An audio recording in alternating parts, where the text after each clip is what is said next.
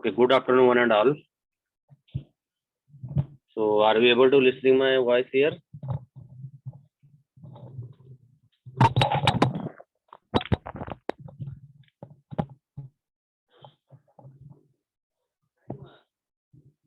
Hello, are you getting my voice? Please give the reply. So, are you getting my screen voice?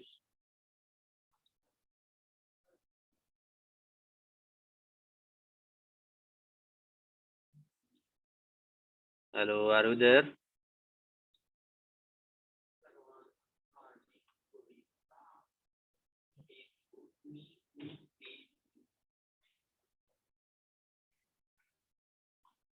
Hello,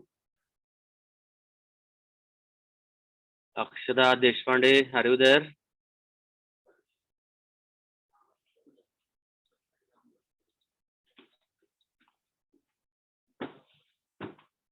Yes, I got the reply from Pooja Biradar.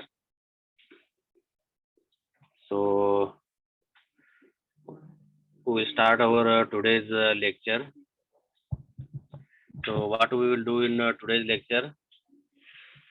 So, in the first hour, we will see our lecture, and in the second hour, we will see the tutorial. Okay, the first tutorial we have remaining. On that day only, just I have given the introduction, and due to the some network issues, we could not complete the first tutorial. So in today, I am giving the demonstration on first tutorial. Okay.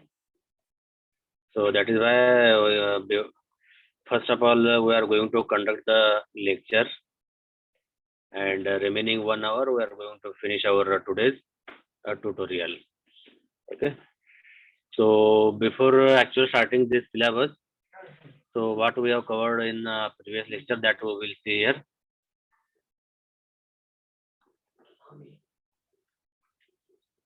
Okay, here we can see that before the cluster analysis, we have studied yesterday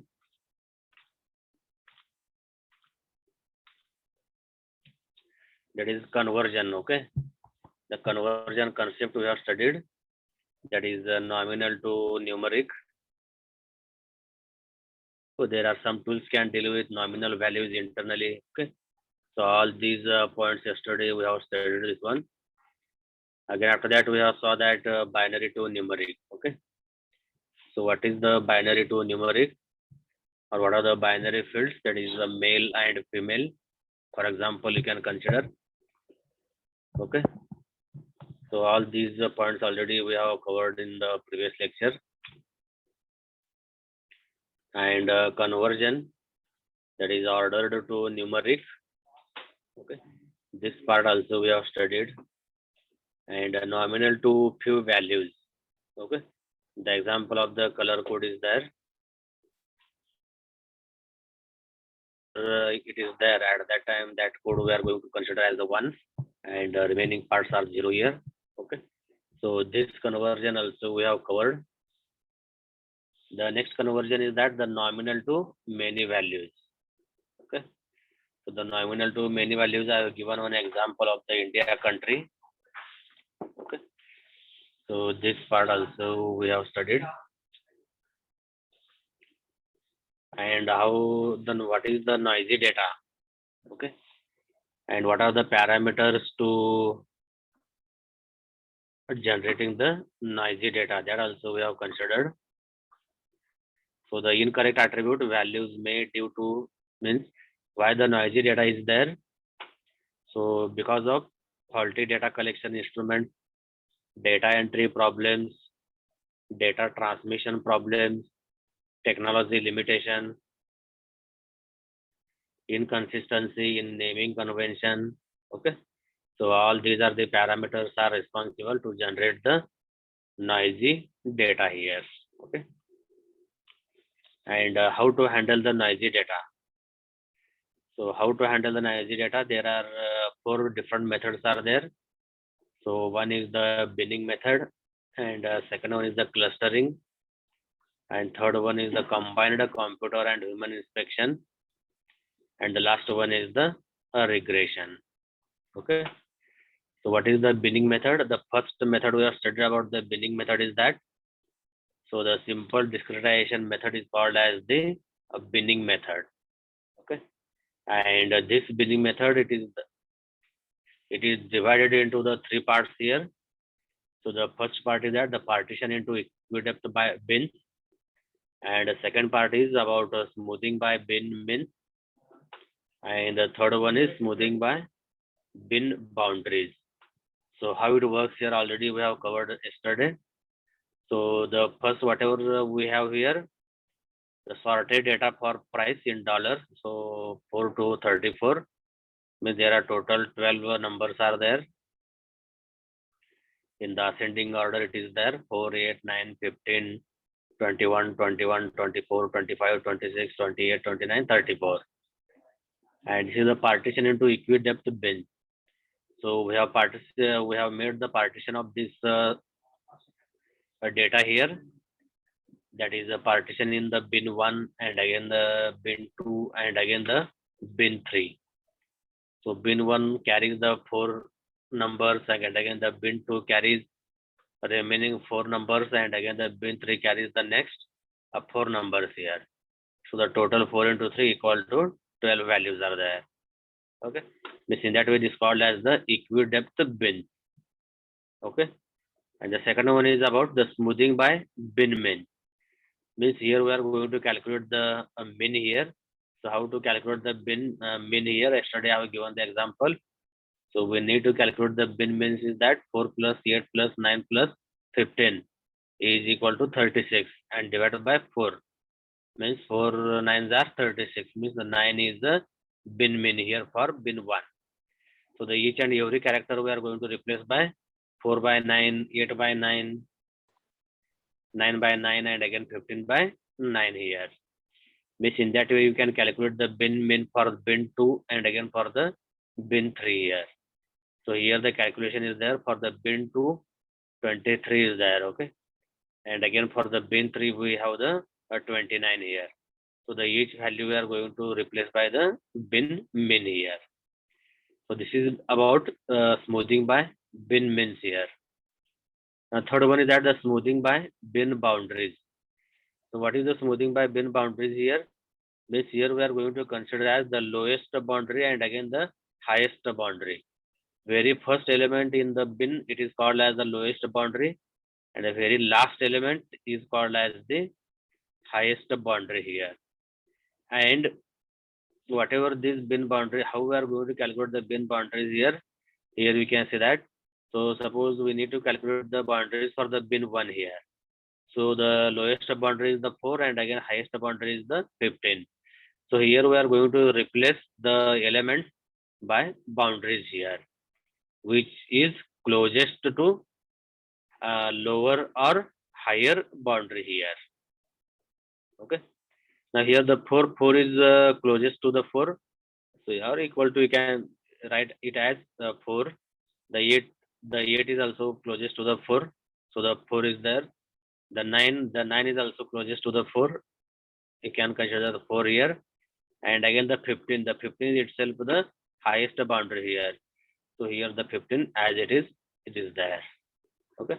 Which in that way you can calculate the smoothing by bin boundaries for remaining bin 2 and again the bin 3 here.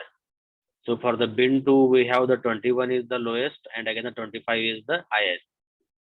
The 24 is the nearest to the 25 here. Okay, that's why we are going to consider the 20 in place of the 24. We have written the 25 here. And again in the bin 3 we have the 26 is the lowest and 34 is the highest here. So the 26 as it is, 28 is the closest to the 26, 29 is the closest to the 26 and 34 is 34 here. Means in that way the binning methods for data smoothing works here. Okay, this is a very easy process is there. Just you can have this one. Okay, then we will move to the next, that is what is the cluster analysis. That see, wherever we are having the same types of the data here, then there we are going to make the clusters here. Okay, the meaning of the cluster is that we are going to create one single groups here. Here we can see that we have the data here in this rectangle, and all these databases are nearest to the each other here. So we have created, this is the one cluster. The second cluster also we have here. So in that cluster all the databases they are closest to each other, and here also all the databases are closest to each other. Means in that way we have created the 3 clusters here. Okay, this is the cluster 1, this is the cluster 2, and again this is the cluster 3 here. Okay, and this distance between these 2 objects here is a very far away it is there. Okay, the distance is a very big distance is there, so that's why we are not able to make a single group of these databases here. That's why we are not going to consider this is the cluster analysis here. Okay, so in that way we can create the clusters of the databases here. Okay, now the next one is that the regression. So the regression is also nothing but one example we have given about the regression is that, see, this is the x-axis and again y-axis. We have the x1 y1 point here. Okay, and all these points are there. Okay, you can see here, these are the points here, but this line is passing from the only how many points here? This is the 1, 2 and again the okay, 1, 2 and 3. There are 3 points are there. So in that 3 points the given line is passing here. That line is equal to y is equal to x plus 1. So what is the y is equal to x plus 1? Means this is the equation for this line, it is there. So the you know about the equation of the line is y is equal to mx plus c. Okay, the y is equal to mx plus c here. means this y is equal to mx plus c means y is equal to m into x plus c. And what is the m here? The m is nothing but the slope of for the given line. So how to calculate the slope for the given line here? That is m is equal to y2 minus y1 upon x2 minus x1. So you will be getting the slope for the given line. Means m into x. Now x already we are knowing here, and plus 1. So the plus 1 you can consider the any constant here. First of all, you can put the c is equal to 0, c equal to 1, c equal to 2, c equal to 3. Every time you can change the constant here. Okay. Means and whatever this y1 x1 y1 point is there, this line is not passing from the x1 y1 point here, but whatever we are going to consider the x-axis for the point x1 y1. Okay, that here we are getting the intersection for this line here. Okay, and this point we are going to consider as the x1 y1 dash. Okay, means this point. Okay, whatever this x1 y1 dash point it is there, this point is passing from the given line here. Means this is called as the regression here. The regression is nothing but this is also one part of the how we are going to collect the database here. Okay, means the whatever these dots are there, these dots we are going to consider as the databases here. So if I draw the line here, then how much database we are going to consider for this line here. Okay, that is there. Means the regression is called as the how the related databases are there which are closest to our target here. Okay, that is called as the regression for a given database here. Okay, so once again I will explain this one. The regression is nothing but this is about x-axis, and again this is y-axis. We have the dots here. Okay, we are getting the dots here, and randomly I have drawn the line, and that line is passing from the only 3 points here. Okay, this is 1, 2, and again 3 here. And in general, the equation of the line is y is equal to x plus c. And for this given line, the equation is that the y is equal to x plus 1. And in case of the in general line, we have the line equation y is equal to mx plus c. Means the m is nothing but your slope for the given line. So for the slope for the given line is y2 minus y1 upon x2 minus x1.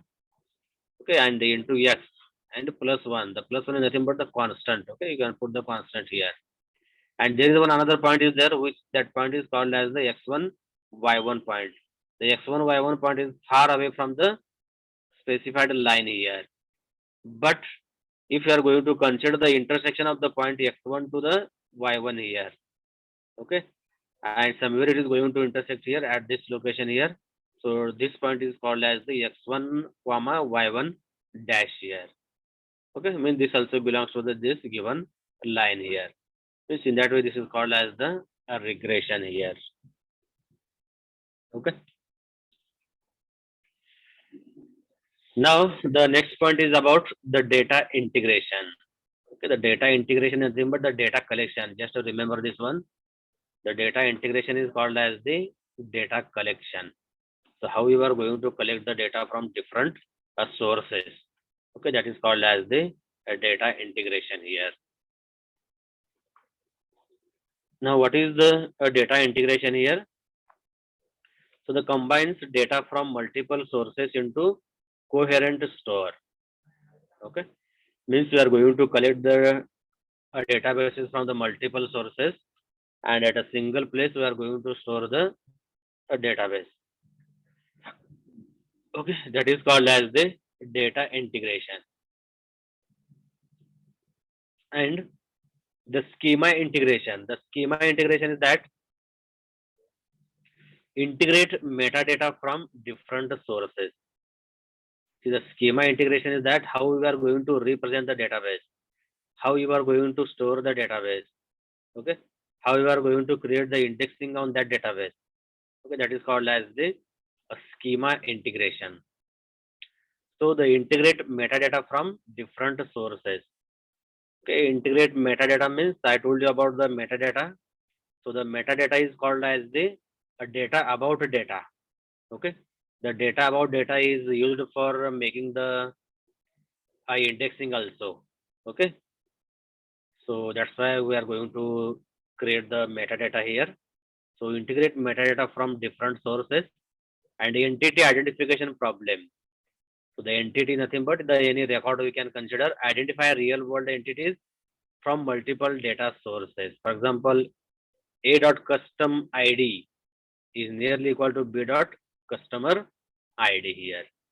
Means in that way we need to identify the real world entities from the multiple data sources here. Okay, this is about the schema integration.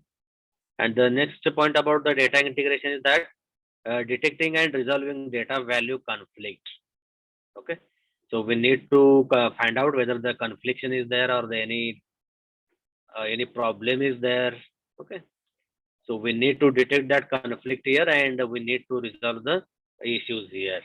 Okay, means for the same real world entity, attribute values from different sources are different. Okay, very important. Means for the same, okay, here we can consider the for the same real world entity. Okay, and attribute values from different sources are different here. Okay, and the possible reason is that different representations, different scales, for example metric versus British units.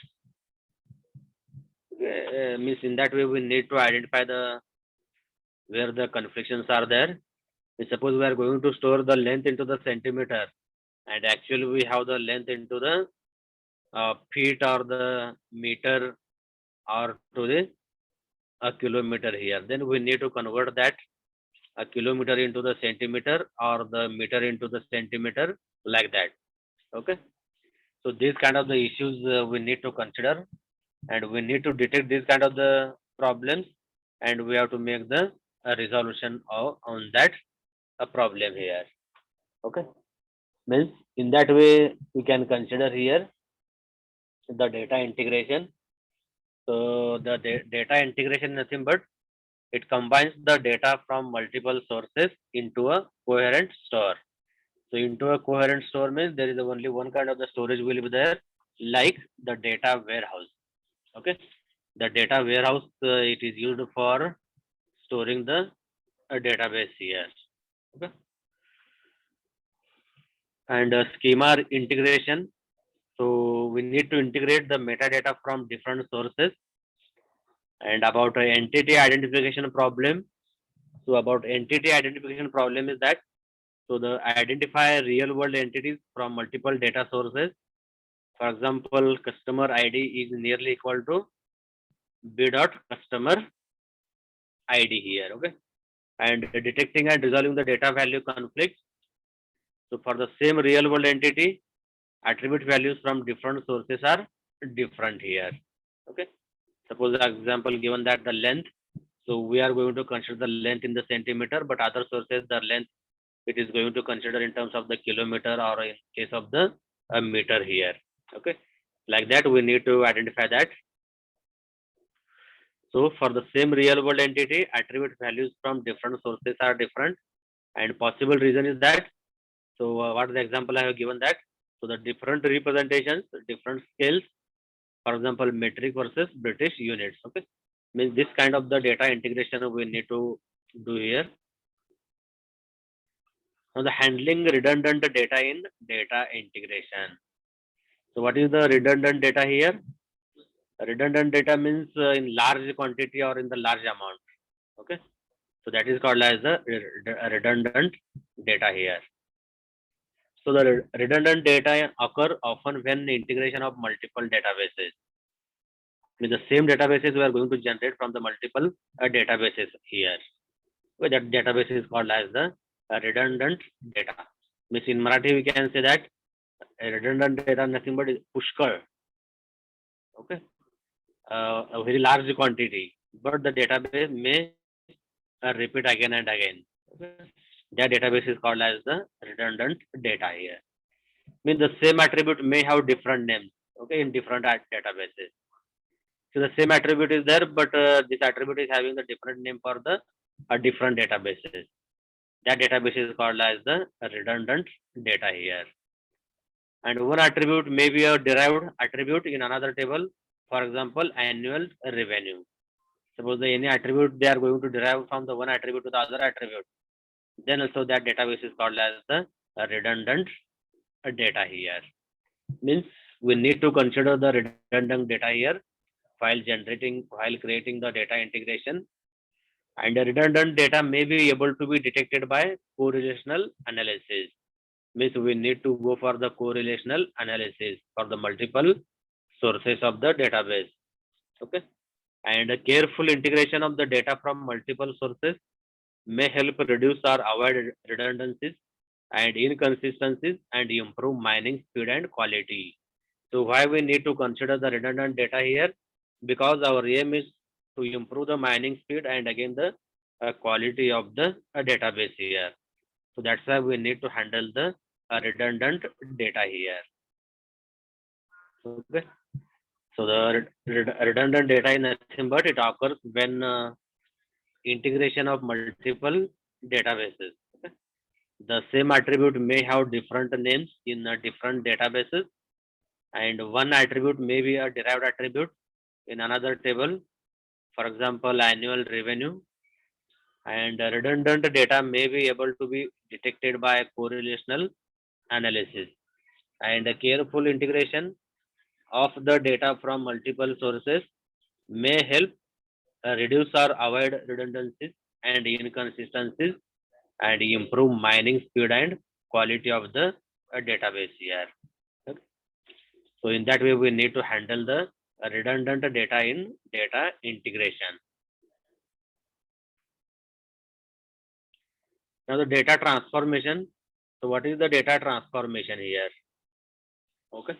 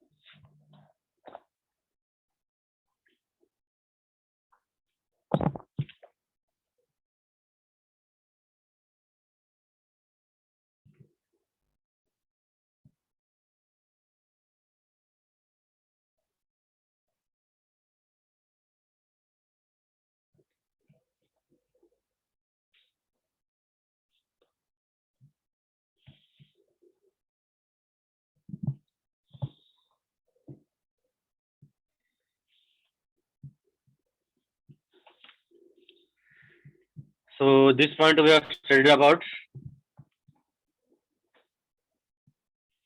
the handling about redundant data in the data integration. Now the next point we are going to cover the data transformation. So what is the data transformation here? Okay. The data transformation is nothing but we need to transform the data from one form to the other form.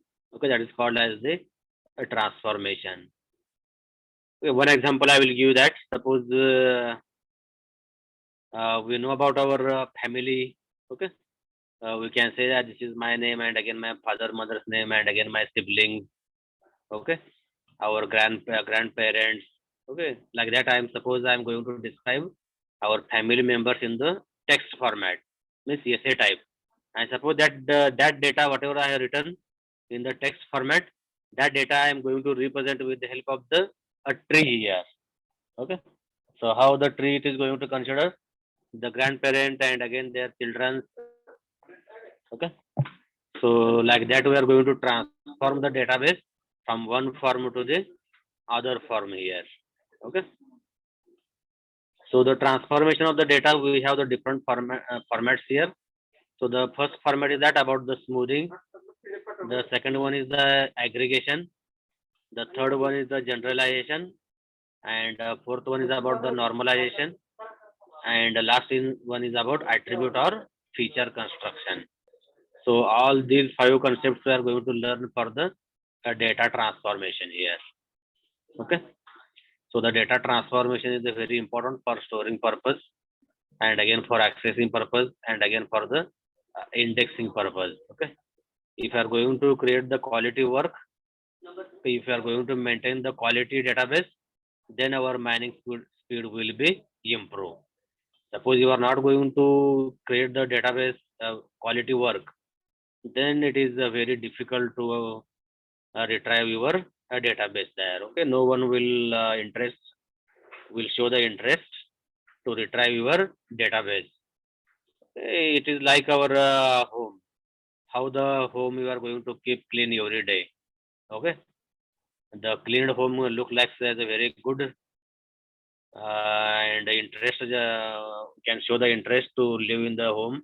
And suppose our home is very dirty, then no one is show the interest to live in the home. Okay, like that it is there. If you are going to maintain the good quality database, then definitely our mining will be the good quality result we will get. Otherwise, we will not get the good results. Okay, like that it is there.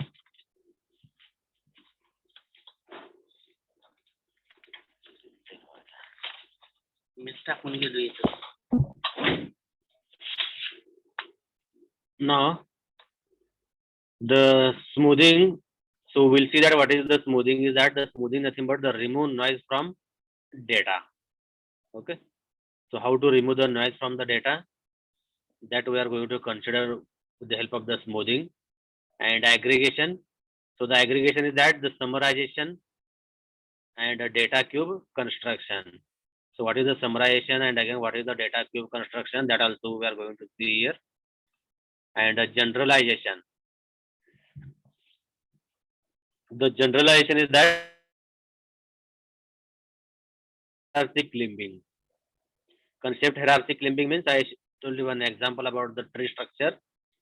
So that tree structure we are going to consider in terms of the generalization and a normalization. So what is the normalization here? So scaled to fall within a small specified range. Okay. So scaled to fall within a small specified range with respect to the minimum and maximum normalization, Z-score normalization, and normalization by decimal scaling. So what are those? All these are 3 different parts of the normalization. Now we will study in detail. And the last one is the attribute or feature construction. So the new attributes constructed from the given one. Okay. So what is that attribute or feature construction? That also we are going to study for the data transformation. Okay. So once again I will tell you that the data transformation is nothing but we are going to convert the format of the database from one form to the other form here. Okay. And for conversion this we require the different 5 types here. So first one is the smoothing, second aggregation, third one is generation, generalization, and the fourth one is the normalization, and the last one is the attribute or feature construction here. Okay. So the smoothing nothing but it removes the noise from database, and aggregation is that the summarization and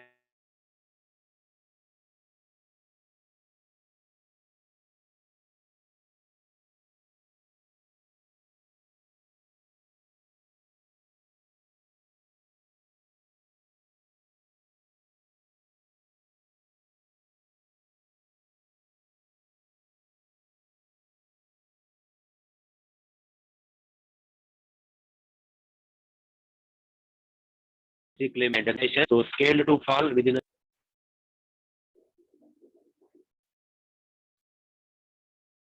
So about the min max normalization, and again we have the Z score normalization, and again we have the normalization by a decimal scaling here, and last one is the attribute or feature construction. Okay, we will see the one by one.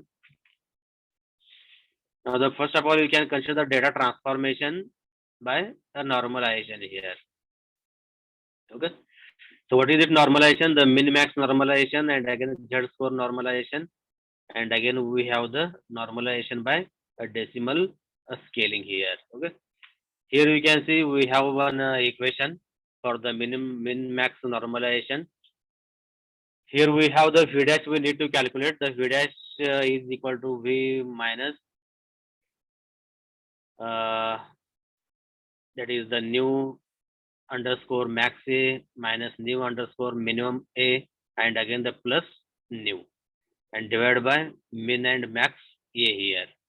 Okay, this is about the min max normalization. It is there, and Z score normalization. For the Z score normalization is that the V dash is equal to V minus min A upon standard deviation about the A here.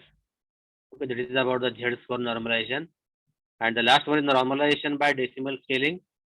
So the normalization by decimal scaling is that V dash is equal to V upon 10 raised to J here. And where the J is the smallest integer such that max of the V dash is less than 1. Okay, the value of the V dash must be the less than 1 here. And where the J is the value of J is the smallest integer here. Means from where the value it comes here. Okay. And now you can see here the one example I have given about the binning method. So in that binning method, we need to calculate what we are going to calculate there. So there we are going to calculate the bin min. Okay, this is about the min is there. And what is that min here? The min is nothing but your min. Okay, and again the max A. So what is the max A here? So this is the max A, nothing but the maximum boundary, means highest boundary. And again the min A. So what is the min A here? So the min A is nothing but your min A is nothing but your lowest boundary here. Okay, and the V, and the V is called as the value of the median, value of the mean. Okay, so in that way we need to consider all these things here. Okay, means the first of all min max normalization, second Z score normalization, and again third one is about normalization by a decimal scaling here. So once again I will show you that example. Here we have all the values here. Okay, in the binning method. Means in the bin min, this is the bin min is there. This is the lowest boundary, and again this is the highest boundary here. Okay, means in that way we need to consider all these values here.